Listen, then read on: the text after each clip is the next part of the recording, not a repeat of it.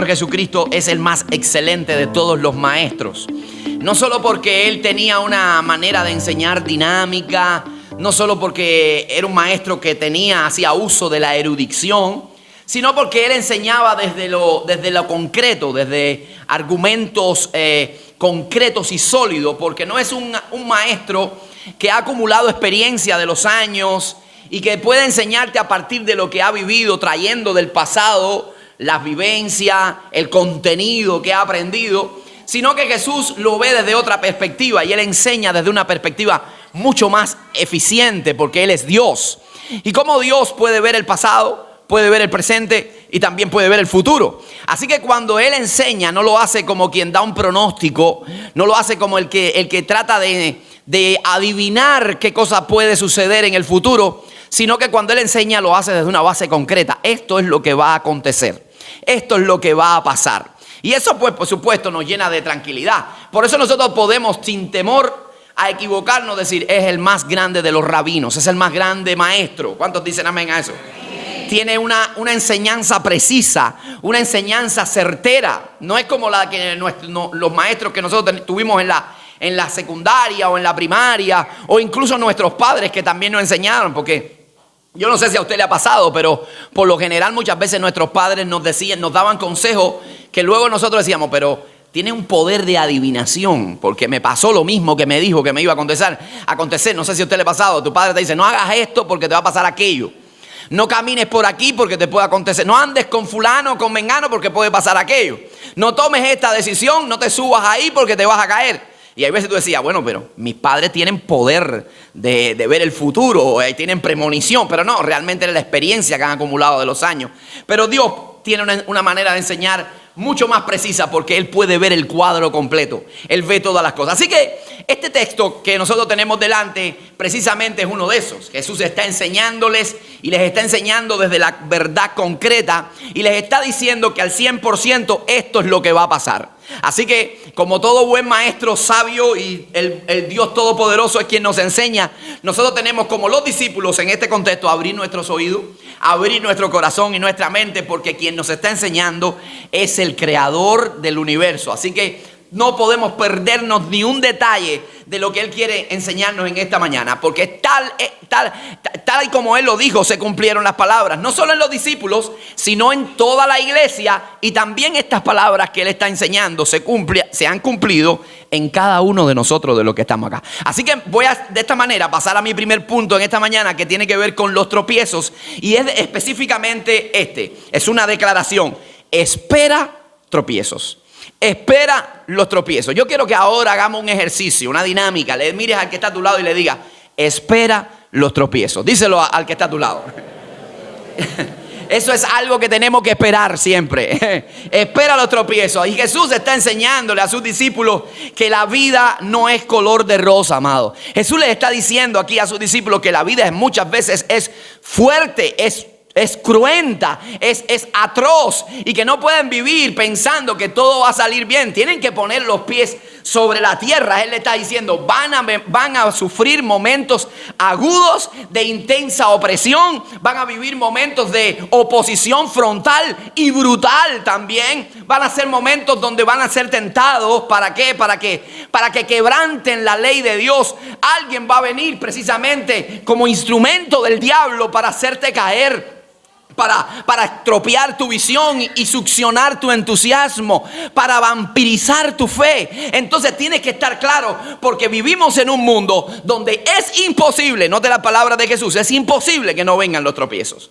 Amado, usted y yo vivimos en un mundo caído. Es un mundo profundamente afectado por el pecado, que el enemigo anda como león rugiente. Dice el apóstol Pedro: velad y sean sobrios, porque el diablo, dice, anda como león rugiente alrededor buscando a quien devorar.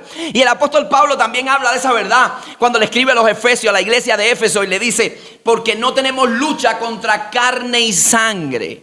Tenemos lucha contra principados, contra potestades, contra gobernadores de las regiones celestes de maldad, contra esos entes espirituales tenemos batalla, y muchas veces el enemigo, el mundo y el pecado va a levantar oposición a nuestra vida, va a levantar obstáculos y va a poner tropiezos para que tú y yo no avancemos en el camino cristiano, para que tú y yo no avancemos en el camino de la bendición de Dios. ¿Están conmigo?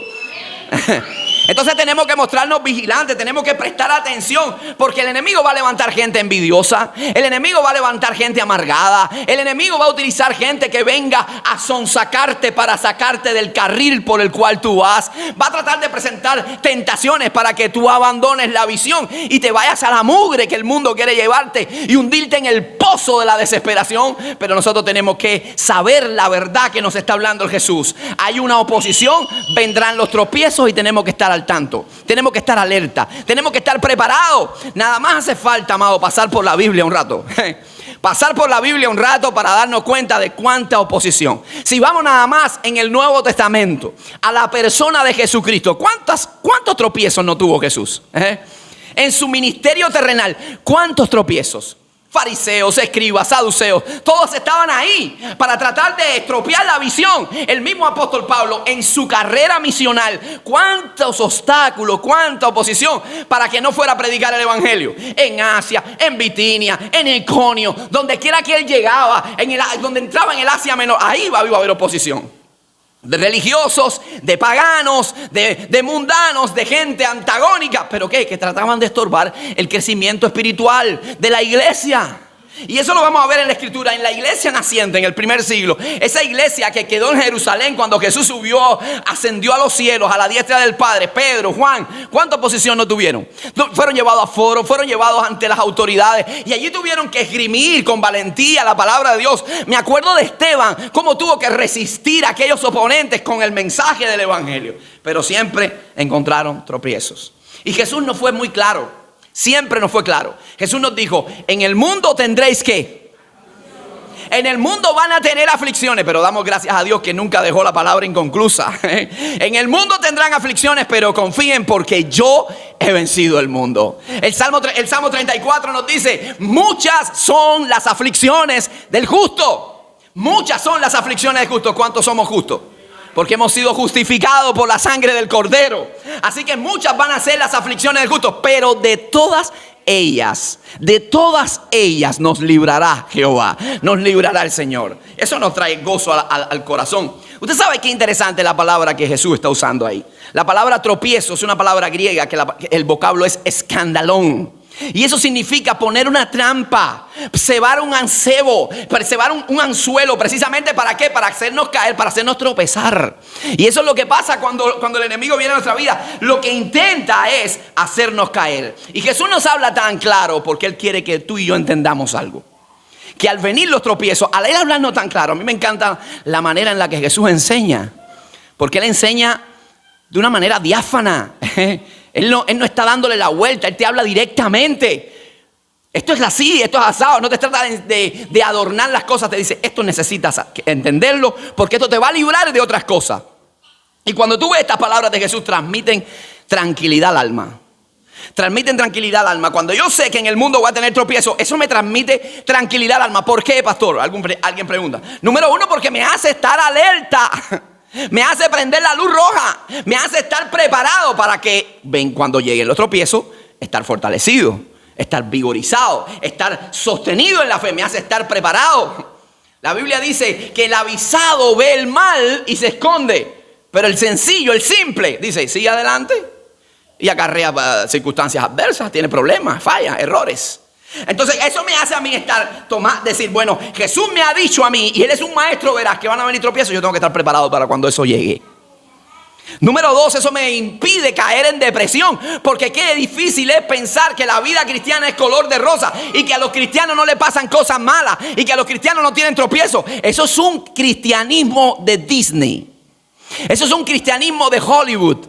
El cristiano también pasa dificultades. Cuando empezamos el culto no se nos fue la luz. Se le fue la luz al vecino, se le fue la luz a las personas que no conocen al Señor y se nos fue la luz a nosotros también aquí en la iglesia. Así que tanto las personas que no conocen al Señor pasan por dificultades y tienen tropiezos. Tú y yo también. Entonces, pero cuando yo conozco esta verdad, entonces yo sé que mi Señor me habló claro y eso no me hace estar deprimido porque Él me dijo que vendría. Eso no me lleva a la angustia porque Él me dijo que pasaría. Qué triste aquellas personas que le venden un evangelio al estilo Hollywood y cuando se encuentran con los problemas y tropiezos, entonces se alejan del Jesús y no quieren saber nunca más de Dios. Porque se sienten timados, se sienten engañados. Pero Jesús dijo, hay aflicciones en el mundo, pero tranquilo, yo he vencido al mundo. Tranquilo, yo te libro de ellas. Amén. Entonces nos hace estar libres de la depresión. Y en tercer lugar, nos hace entender, amado, de que estamos en el equipo correcto y de que estamos avanzando. Precisamente el enemigo pone tropiezo a tu vida porque tú estás caminando hacia adelante. Si tú no avanzas y te quedas estático, si tú no avanzas y estás estancado, si tu vida espiritual no florece, no da fruto, nunca el diablo va a levantar una guerra contra ti. Seguro que no. No le interesa incluso ni que estés sentado en una iglesia si tu mente está viajando a otro sitio. No le interesa incluso que estés en una iglesia con una Biblia en la mano si tu corazón está cauterizado y lleno de callos. Porque la palabra de Dios no va a entrar ahí. Porque tú mismo te has cerrado. Pero cuando hay un cristiano que está dando fruto, cuando hay un cristiano que está metido con el Señor, cuando hay un cristiano que está apasionado con su Dios, cuando hay un cristiano que quiere agradar a Dios, y no estoy diciendo que un cristiano perfecto tiene errores, se cae, se levanta, se vuelve a empinar y a seguir adelante.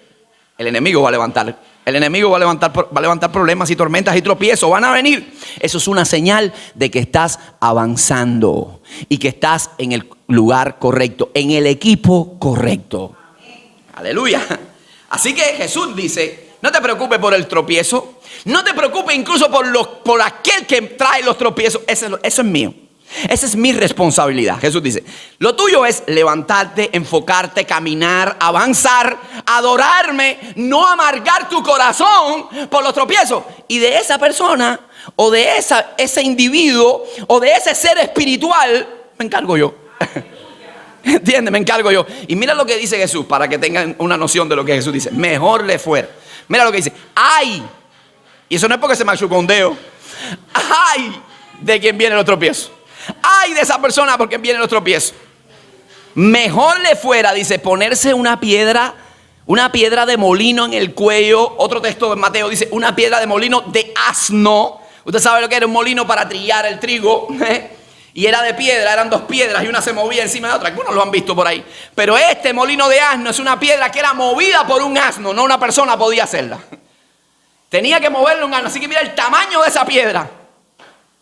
Y Jesús dice que se la amarra en el cuello y se tira al fondo de la mar. Es mejor eso. Así que Jesús dice, eso es mi problema.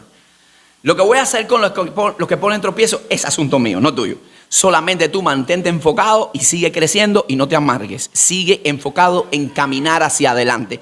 Y eso me da lugar a entrar a mi segundo punto, que tiene que ver con cómo Jesús va estrechando el círculo. Jesús estrecha el círculo porque Él está hablando y dice, van a venir los tropiezos, pero esto es general. Aunque le está hablando a los discípulos, van a venir los tropiezos, pero ahora va un poquito más adentro, corre los límites, es más incisivo. Y miren lo que le dice en el versículo 3 y le dice, mirad por vosotros mismos.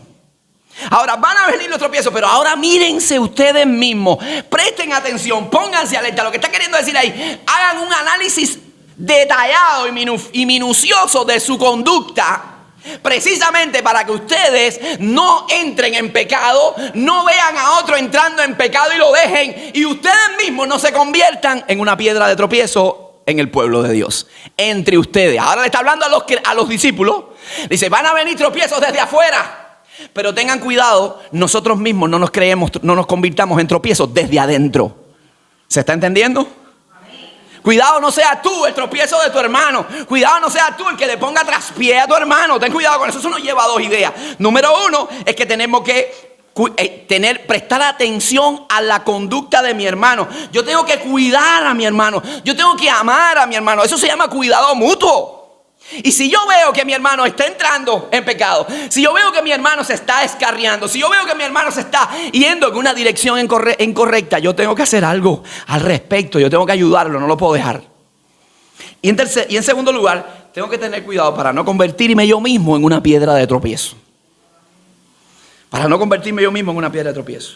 Amado, Y la Biblia tiene mucho que decirnos respecto a ello. Porque pudiéramos convertirnos en piedra de tropiezo nosotros.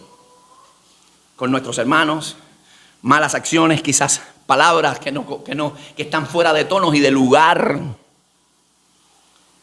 Acciones incorrectas que no dignifican el nombre de Dios y que no van a tono con la Biblia. Y podemos hacerlo caer.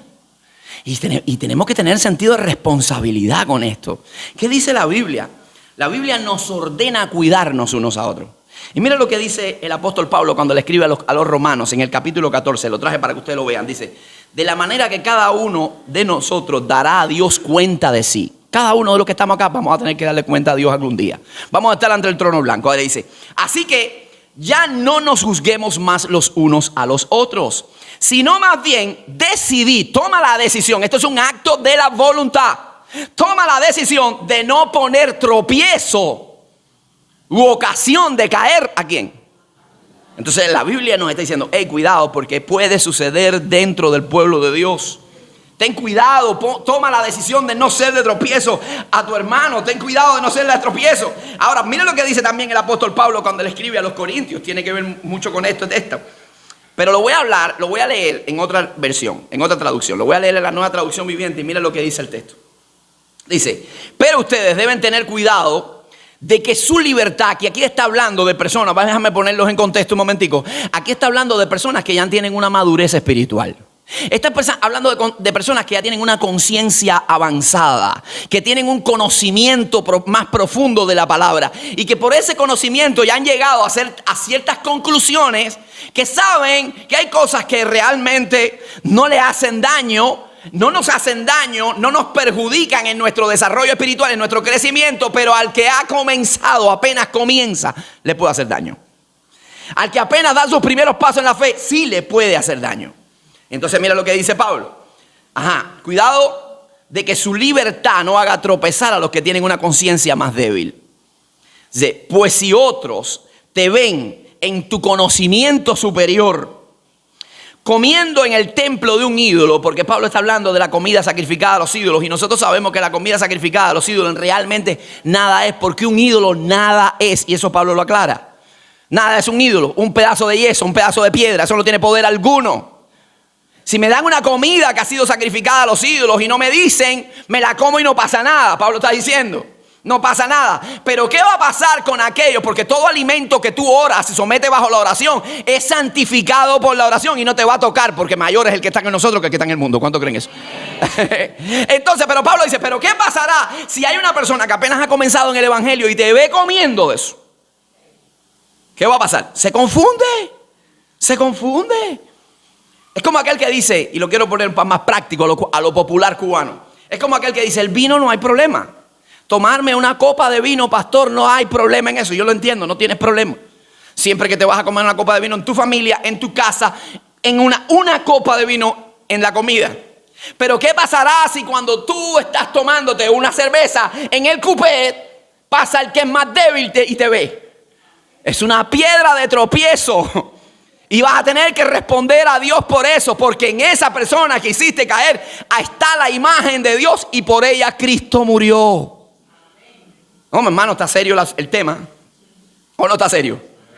Si te ven haciendo una cosa que no agrada, mirando fuera de tono, tomando lo que no tiene que tomar, ingiriendo lo que no tiene que, va a caer la piedra de tropiezo a alguien. Entonces mira lo que dice Pablo, porque el ídolo dice, ¿acaso no se sentirán alentados a violar su conciencia al comer un alimento ofrecido a un ídolo? Así que a causa de tu conocimiento superior se destruirá un creyente débil por quien Cristo murió. Entonces el tema no es un tema menor, es un tema donde hay que prestar mucha atención, porque nosotros podemos hacer que otros caigan, y cuando hacemos que otros caigan no solamente estamos afectando al hermano que está implicado, aquel que recibió la mala información o la mala experiencia, estamos haciendo algo contra Dios, estamos fallándole a Dios. Mire lo que dice Pablo. Sigo con Pablo, verso 12 de este mismo texto. Mira lo que dice. De manera, pues, pecando contra los hermanos e hiriendo su débil conciencia. ¿Contra quién pecan? contra Cristo pecáis, dice Pablo. No estás pecando solo contra el hermano, estás pecando contra Dios. Y a Dios no le está agradando. Entonces, mucho cuidado con ser piedra de tropiezo. Seguimos con Romanos capítulo 14, versículo 21. Dice, bueno entonces, no comer, ni beber vino, ni nada que no haga tropezar al hermano. Así que edifique al hermano. Si por tu debilidad yo tengo que abstenerme de ciertas cosas, lo voy a hacer con gozo, porque estoy guardándote, te estoy protegiendo y te estoy ayudando a madurar y a crecer. Y eso es lo que el apóstol está diciendo. Amado, tenemos que tener cuidado. Por eso Pablo le está diciendo, miren ustedes, observen. Jesús le está diciendo, miren ustedes ahora que son parte del pueblo. Miren ustedes que son mis discípulos, presten atención. ¿Para qué? Para si otro está cayendo, lo levanten. Pero para que tú mismo no te conviertas en un tropezadero para otros. Y yo creo que estas son palabras que nosotros tenemos que aferrarnos a ellas y dejarlas impregnadas en nuestra conciencia y corazón. Porque si queremos pasar por este mundo y dejar una huella en el corazón de la gente, para que ese corazón comience a dar fruto y dé fruto 100 por 1 y termine glorificando el nombre de Dios, entonces yo tengo que ser intencional en todo. Y yo tengo que cuidarme. Yo tengo que tener de buen testimonio con los de afuera. Sí, eso lo dice la Biblia.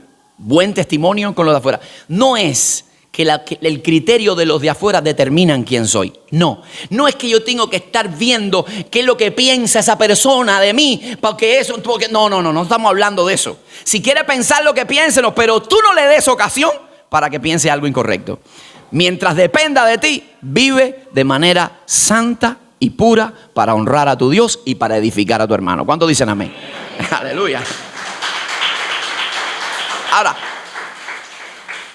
Ahora, vamos a ver otro punto, y tiene que ver con propiciar la comunicación o la conversación difícil, que es el tema que nosotros estamos viendo.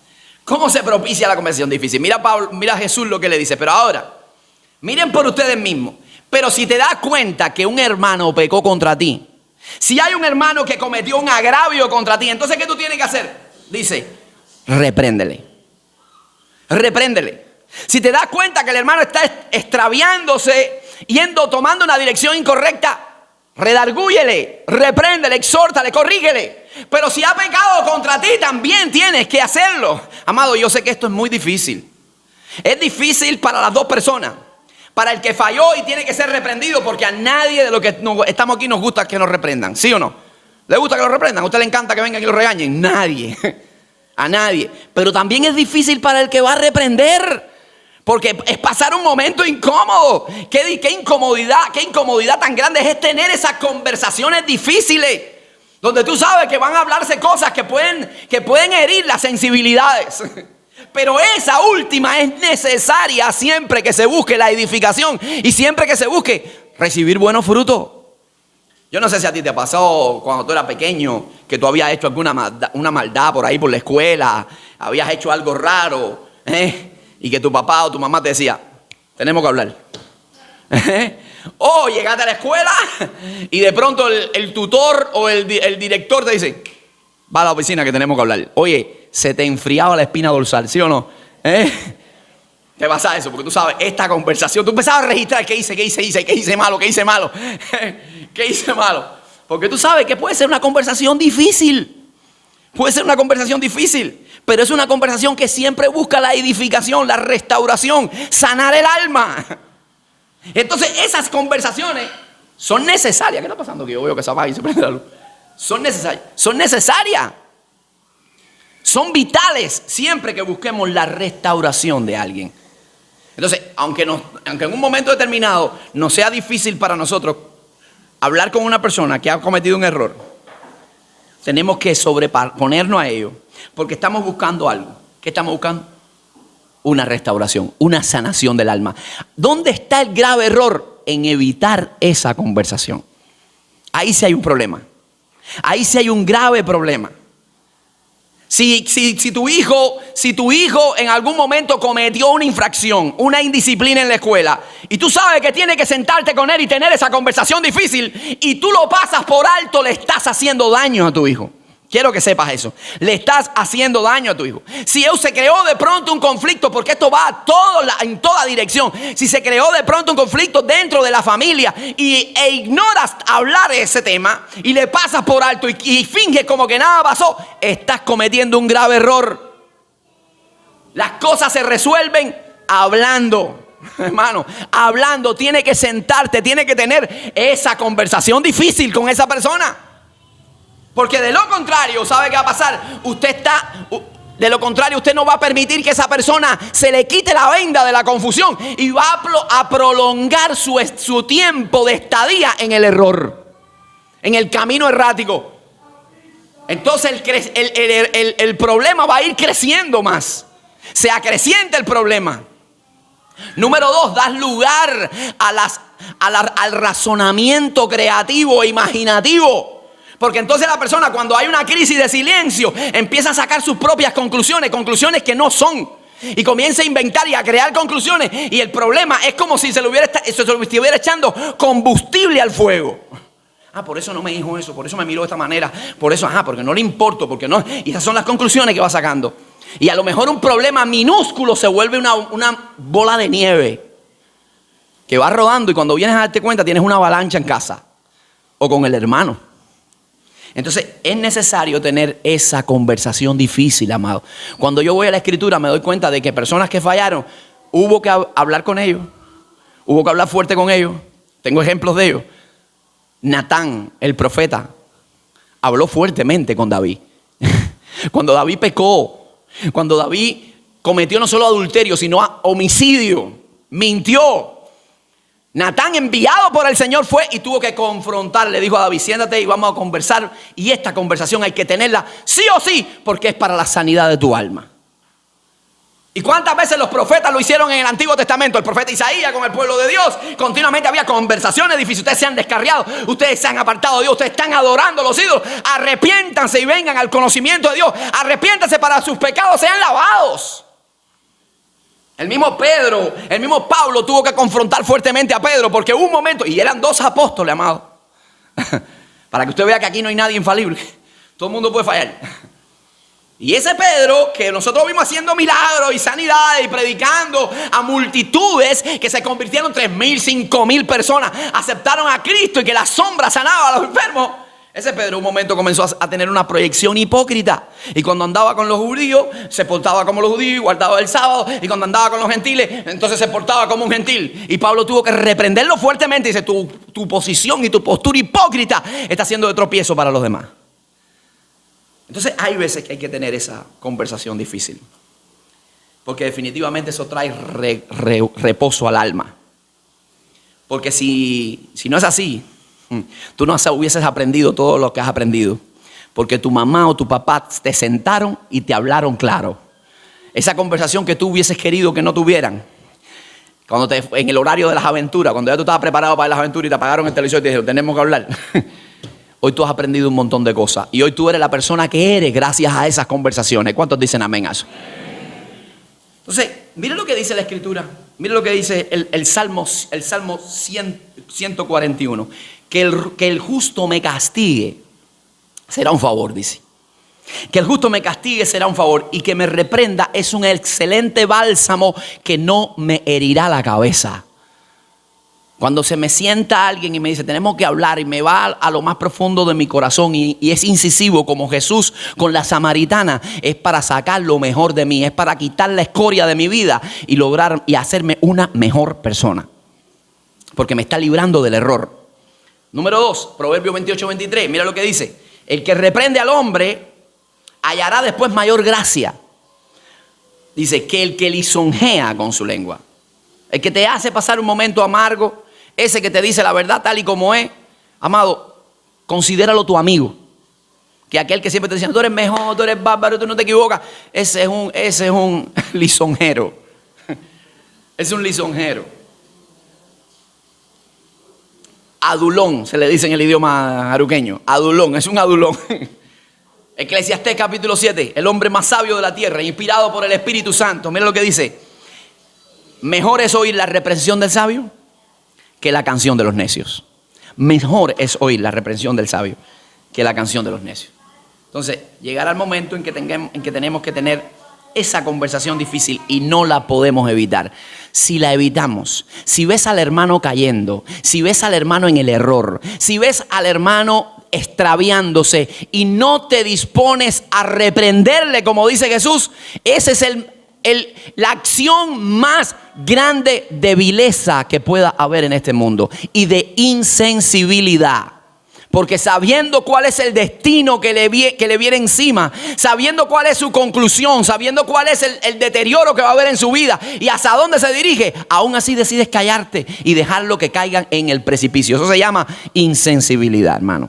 El apóstol Pablo por eso nos dice cuando le escribe a los Gálatas: hermanos, si alguno de ustedes ve a otro es sorprendido en alguna falta, ustedes que son espirituales, restáurenle con espíritu de mansedumbre. Restáurenle. La palabra que utiliza ahí es la de remendar las redes. Háganlo de nuevo, llévenlo a la condición anterior, a la condición de salud que tenía anteriormente. Trabaja con él, considerándote a ti mismo, no sea que tú también en algún momento también falles. Entonces tenemos que hacer algo para eso. La pregunta es: ¿qué haces cuando ves al hermano caminando en dirección al error? ¿Qué haces cuando ves al hermano caminando en dirección al precipicio? ¿Lo dejas que se caiga? ¿O le das una voz de alerta? ¿O con amor lo corriges? Acuérdate que es tu hermano. Acuérdate que está la imagen de Dios en él. Acuérdate que Cristo murió por él. Entonces no lo dejes ahí. Mira, hermano, fíjese si esto es importante, que nuestra salvación comenzó así. Nuestra salvación comenzó con una conversación difícil. Esa conversación la tuvo el Espíritu Santo con nosotros. En algún momento, haya sido en la iglesia, en la casa, alguien predicándote, pero tú sabes que fue el Espíritu Santo que te dijo, lo primero que te dijo: estás mal, eres pecador, eres digno de condenación eterna, no tienes perdón, pero hay misericordia para ti. Y esa conversación difícil nos hizo reaccionar y venir a los pies de Cristo. Y hoy nosotros tenemos salvación eterna. ¿Por qué? Porque nos sentamos cara a cara con el Dios eterno, con el Dios de la salvación. Nos confrontó, nos hizo entender nuestro error. Y entonces dijimos: necesito tu perdón y tu gracia. Entonces, si Dios hace eso con nosotros, ¿qué tenemos que hacerlo nosotros también con el hermano que está a nuestro lado? ¿Sí o no? Aleluya. Entonces, amado, Jesús no solamente les habla ahora de reprenderle. El mensaje no termina ahí. La enseñanza no termina ahí. Y voy terminando con este punto. Jesús le pasa a un siguiente punto. Jesús le dice: si ya te diste cuenta de que él pecó, lo reprendiste y se arrepiente, ¿qué tiene que hacer? Perdónalo. Perdónalo, dice Jesús. Y eso es un elemento fundamental. Jesús le dice: perdónalo. Esta es la gran victoria, amado. La gran victoria está ahí, en el perdón. Jesús dice: si pecó, si falló, perdónalo, porque eso fue lo que tú recibiste de mí. Eso fue lo que tú y yo recibimos del Señor. Nosotros fuimos hallados pecadores. Nosotros quebrantamos la ley de Dios. Nosotros estábamos destinados al fracaso y a la condenación eterna. Ninguno de los que estamos aquí merecíamos ser perdonados. ¿Usted conoce a alguien que merezca ser perdonado? Ninguno merece el perdón de nadie, ni de Dios ni de nadie. No lo merece. Pero Dios nos quitó la venda, nos sacó a la luz. A luz maravillosa, nos sacó de la oscuridad, nos sacó de las tinieblas y nos otorgó el perdón que no merecíamos por su gracia.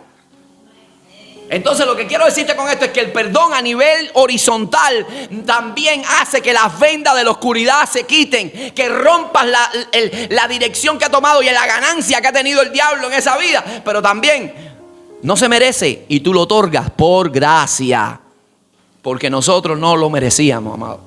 Y Dios nos los dio. Dios quiso dárnoslo. El hermano no lo merece. Tu ofensor no lo merece. Pero yo tampoco lo merezco. Ni tú tampoco lo mereces.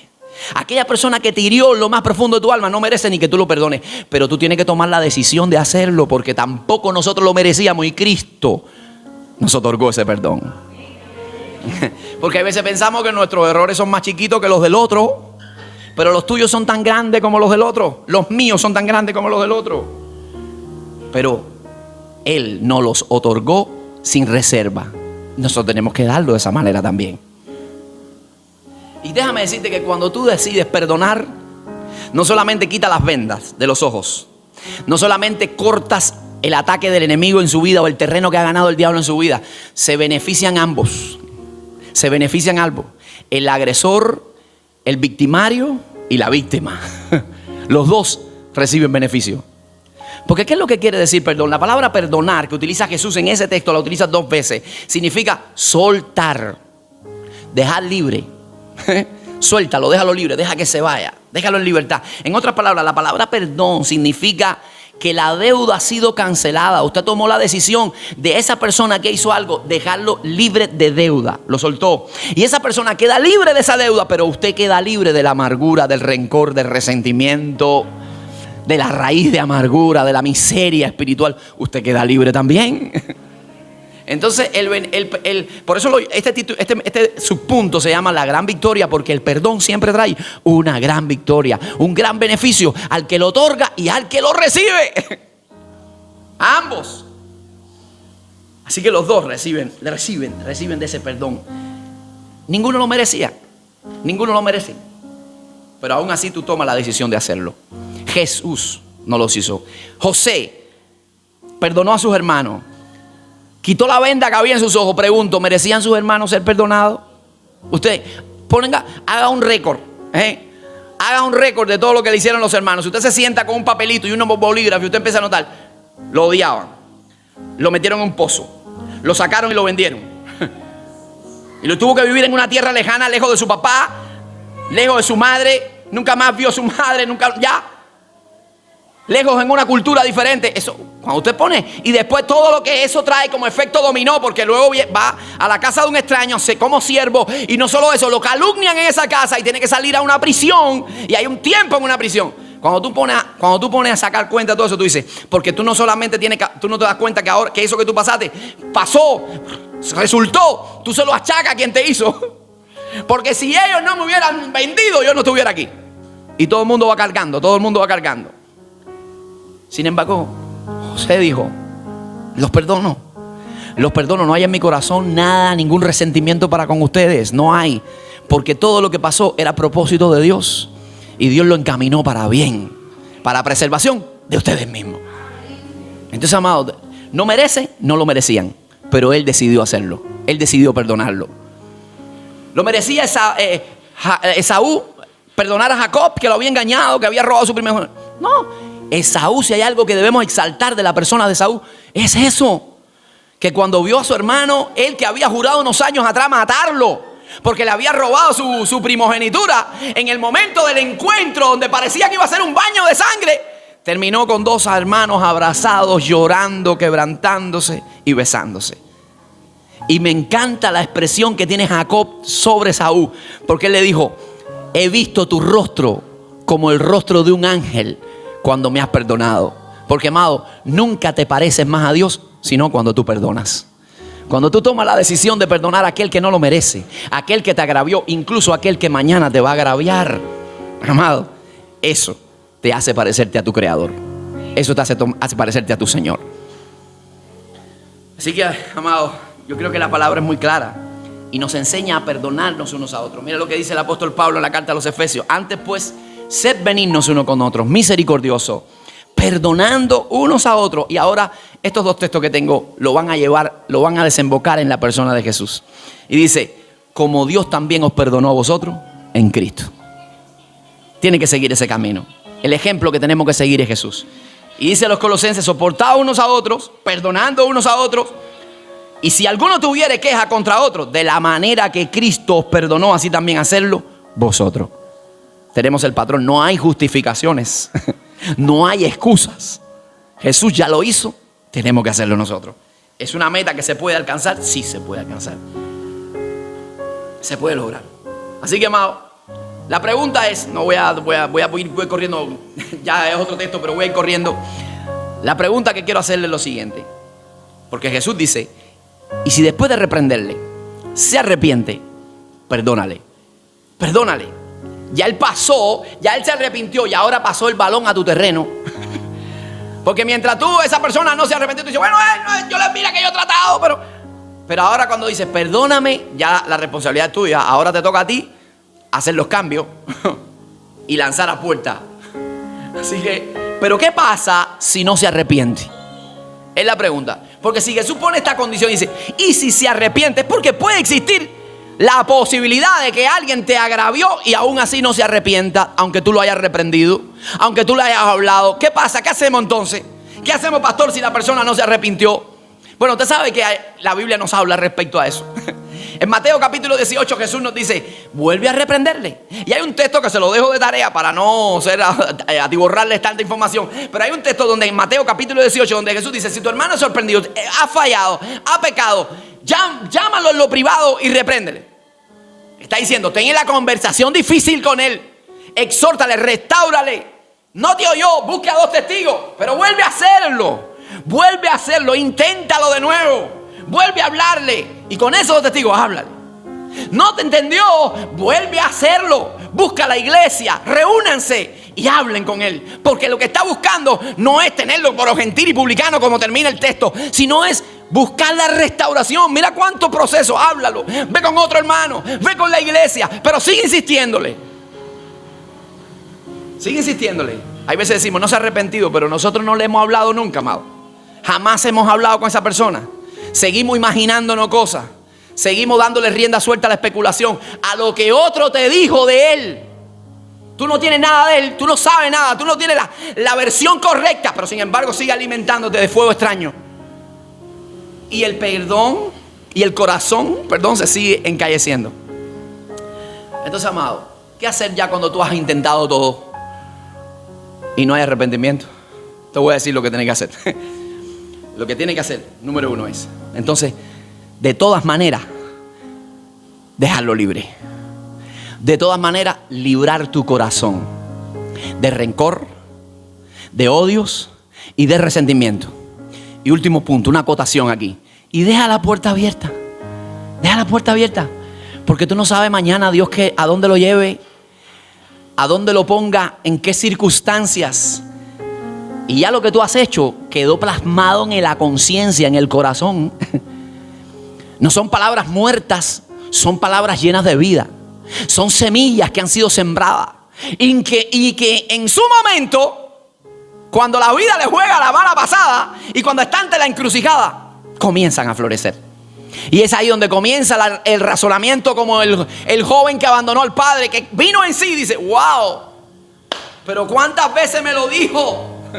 ¿Cuántas veces me habló de esto? En la casa de mi padre es mejor.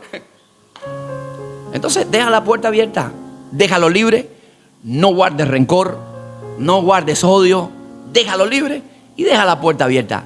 Por si existe la posibilidad de un arrepentimiento, llegue a la casa y encuentre gracia, misericordia y amor. ¿Cuántos dicen amén a eso?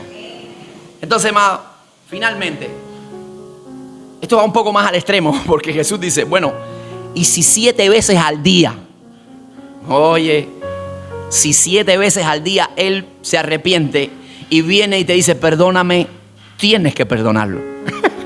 Jesús te dice, no es que debe, tienes que perdonarlo. Es muy difícil que 7 veces al día, imagínate.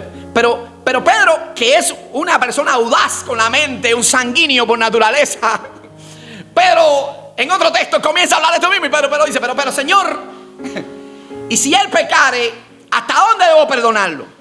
Hasta 7 veces. Pedro se está yendo por encima. Pedro está diciendo, voy a impresionar a Cristo. 7 veces lo perdono. Y Jesús se voltea y le dice, no, Pedro, hasta 70 veces 7. No son 490. No. Jesús le está diciendo, no hay límite computable. Todas las veces que sea necesario. Todas las veces que sea necesario. Perdónalo. Utiliza esa hipérbole, una exageración, precisamente para decirte, no te canses de perdonar. ¿Por qué, amado? Porque Jesús aún no se ha cansado de perdonarnos a nosotros. Nos levantamos en la mañana y fallamos. Posiblemente ahorita fallemos.